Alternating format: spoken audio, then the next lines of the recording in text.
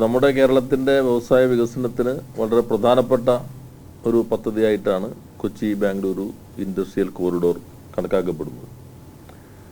Record വേഗത്തിലാണ് നമ്മളതിൻ്റെ ഭൂമി ഏറ്റെടുക്കൽ പൂർത്തീകരിച്ചത്. 1152.23 ഏക്കർ ഭൂമി നമ്മൾ പുതുശ്ശേരി അതുപോലെ കണ്ണമ്പ്ര രണ്ട് മേഖലകളിലായി പാലക്കാട് ഏറ്റെടുത്ത ഭൂമി അത് ഒരു SPV ആണ്. നമ്മളും യൂണിയൻ ഗവൺമെൻറ്റും ചേർന്ന ഒരു SPV ആണ്. നമ്മുടെ ഭാഗത്തുനിന്ന് കിൻഫ്രയും യൂണിയൻ ഗവൺമെൻറ് ഭാഗത്തുനിന്ന് NICDITയും നാഷണൽ ഇൻഡസ്ട്രിയൽ കോറിഡോറിൻ്റെ സംവിധാനവും ആ സംവിധാനത്തിന് ഈ ഭൂമി കൈമാറാനുള്ള തീരുമാനവും എടുത്തു. ഇൻഡസ്ട്രിയൽ കോറിഡോറിൻ്റെ ധാരണ അനുസരിച്ച് ഭൂമി ഏറ്റെടുക്കുന്നതിനുള്ള ഫണ്ട് സംസ്ഥാന ഗവൺമെൻറ് വഹിക്കുകയും സമാനമായ തുക ഇൻഫ്രാസ്ട്രക്ചർ ഡെവലപ്മെൻറ്റിന് വേണ്ടി യൂണിയൻ ഗവൺമെൻറ് വഹിക്കുക. ഇതാണ് ആ കോൺസെപ്റ്റിൻ്റെ അടിസ്ഥാനം. അതിൻ്റെ കൺസൾട്ടൻസി, DPR തയ്യാറാക്കൽ, ഇങ്ങനെയുള്ള എല്ലാ കാര്യങ്ങളും ചെയ്യുന്നത് ഈ സംയുക്ത സംവിധാനമാണ്. നമ്മുടെ ആ ഭാഗങ്ങളെല്ലാം പൂർത്തീകരിച്ചു, ലാൻഡ് ഏറ്റെടുത്തു. 2022 ഡിസംബർ 14 അപ്പോൾ ഒരു 1.5 വർഷം മുമ്പ് തന്നെ NICDITയുടെ ബോർഡ് 3815 കോടിയുടെ ഈ പദ്ധതി അംഗീകരിച്ചു.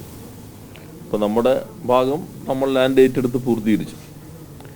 ആ യോഗത്തിൽ തന്നെ 1789.92 കോടി അത് NICDITയുടെ കോൺട്രിബ്യൂഷനായിട്ട് ആ ബോർഡ് അപ്രൂവ് ചെയ്തു.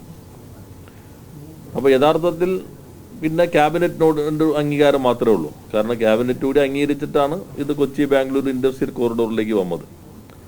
പക്ഷേ ഡിസംബർ 14, 2022 അംഗീകരിച്ചെങ്കിലും ഇതുവരെയും കേന്ദ്ര മന്ത്രിസഭ അതിനുള്ള അനുമതി നൽകിയിട്ടില്ല. ഇതാണ് ഗൗരവമായൊരു പ്രശ്നം. 1.5 വർഷമായിട്ട് നമ്മൾ ഈ 1152 നമ്മളുടെ 1194 കോടി നമ്മൾ മുടക്കി 1152 ഏക്കറിന് വേണ്ടി. എന്നുവെച്ചാൽ ഒരു ഏക്കറിന് 1 കോടി രൂപയിലധികം നമ്മൾ മുടക്കി. കേരളത്തിൽ സ്ഥലം ഏറ്റെടുക്കൽ ഏറ്റവും ദുഷ്കരമായ ദൗത്യമാണ്. 10 മാസം കൊണ്ട് പൂർത്തീകരിച്ചു. ഇതിന് ധനകാര്യമന്ത്രിയുടെ അധ്യക്ഷതയിൽ സംസ്ഥാന മുഖ്യമന്ത്രിമാരുൾപ്പെടുന്ന ഒരു സംവിധാനമുണ്ട്. ആ കമ്മിറ്റിയിൽ ഒരിക്കൽ ആ യോഗത്തിൽ തന്നെ കേന്ദ്ര വ്യവസായ മന്ത്രി അതുപോലെ തന്നെ മറ്റ് മന്ത്രിമാരും ഏറ്റവും വേഗത്തിൽ കോറിഡോറിന് വേണ്ടി സ്ഥലം ഏറ്റെടുത്ത സംസ്ഥാനമാണ് കേരളം, അത് അത്ഭുതപ്പെടുത്തുന്നതാണ് എന്ന തരത്തിൽ നമ്മളെ അഭിനന്ദിക്കുകയും ചെയ്തു. പക്ഷെ 1.5 വർഷമായിട്ട് നമുക്ക് അനുമതി ലഭിക്കുന്നില്ല. ഇത് ഈ സാമ്പത്തികമായ പരിമിതികൾക്കിടയിലുമാണ് നമ്മൾ ഈ വലിയ ഫ്ലാഗ്ഷിപ്പ് പദ്ധതിക്ക് വേണ്ടി ഇത്രയും പണം ചെലവഴിച്ച് ഭൂമി ഏറ്റെടുത്തത്. അപ്പോൾ അതിന് അടിയന്തരമായിട്ട് അനുമതി നൽകണം എന്നതാണ് ഒന്നാമതായി ആവശ്യപ്പെട്ടത്. വളരെ കോടിയിലായിട്ടുള്ള ഒരു ചർച്ചയാണ് നടന്നത്. ബന്ധപ്പെട്ട അദ്ദേഹത്തിൻ്റെ ഓഫീസ് ഉദ്യോഗസ്ഥരുമായി ഇരുന്ന് ചർച്ച ചെയ്തിരുന്നു. ക്യാബിനറ്റിലേക്ക് കൊണ്ടുവരുന്നതിനാവശ്യമായിട്ടുള്ള നടപടികൾ സ്വീകരിക്കാം എന്ന് അദ്ദേഹം ഇപ്പോൾ ഉറപ്പ് നൽകിയിട്ടുണ്ട്. അതോടൊപ്പം തന്നെ ഇതിൻ്റെ രണ്ടാം ഭാഗമായിട്ട് 2019 അംഗീകരിച്ച ഈ പദ്ധതിയിൽ അതിൻ്റെ തുടർച്ചയിൽ ഒരു ഗ്ലോബൽ സിറ്റി എന്നുള്ള സംവിധാനം 2020 ഓഗസ്റ്റ് 19 അംഗീകരിക്കുകയുണ്ടായി.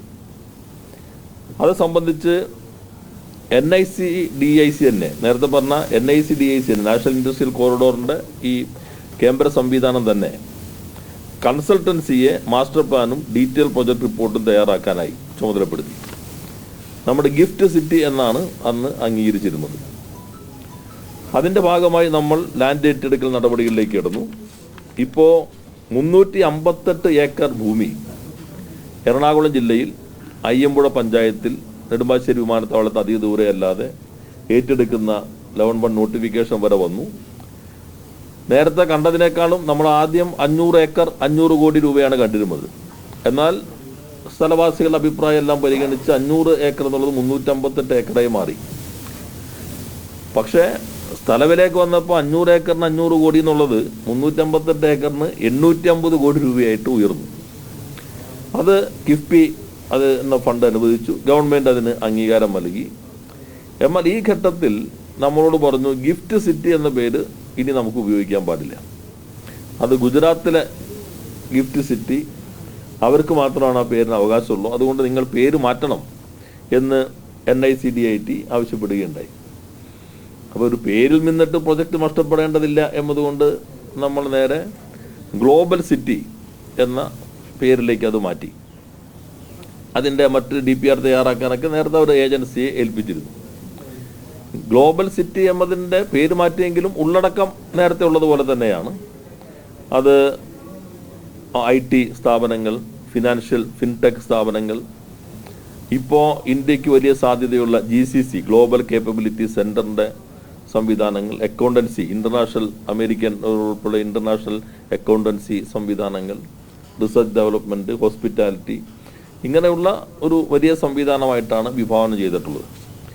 എന്നാൽ 2023 ജനുവരി ആയി കഴിഞ്ഞപ്പോൾ തൽക്കാലം ഇതൊന്ന് പോസ് ചെയ്യാനായിട്ട് ഈ കൺസൾട്ടൻസിക്ക് ഇവിടുന്ന് ഡയറക്ഷൻ കൊടുത്തു. തൽക്കാലം DPR തയ്യാറാക്കലൊക്കെ പോസ് ചെയ്യാനായിട്ട്, തൽക്കാലം നിർത്തിവെക്കാനായിട്ട് NICDIC നിർദ്ദേശം വന്നു.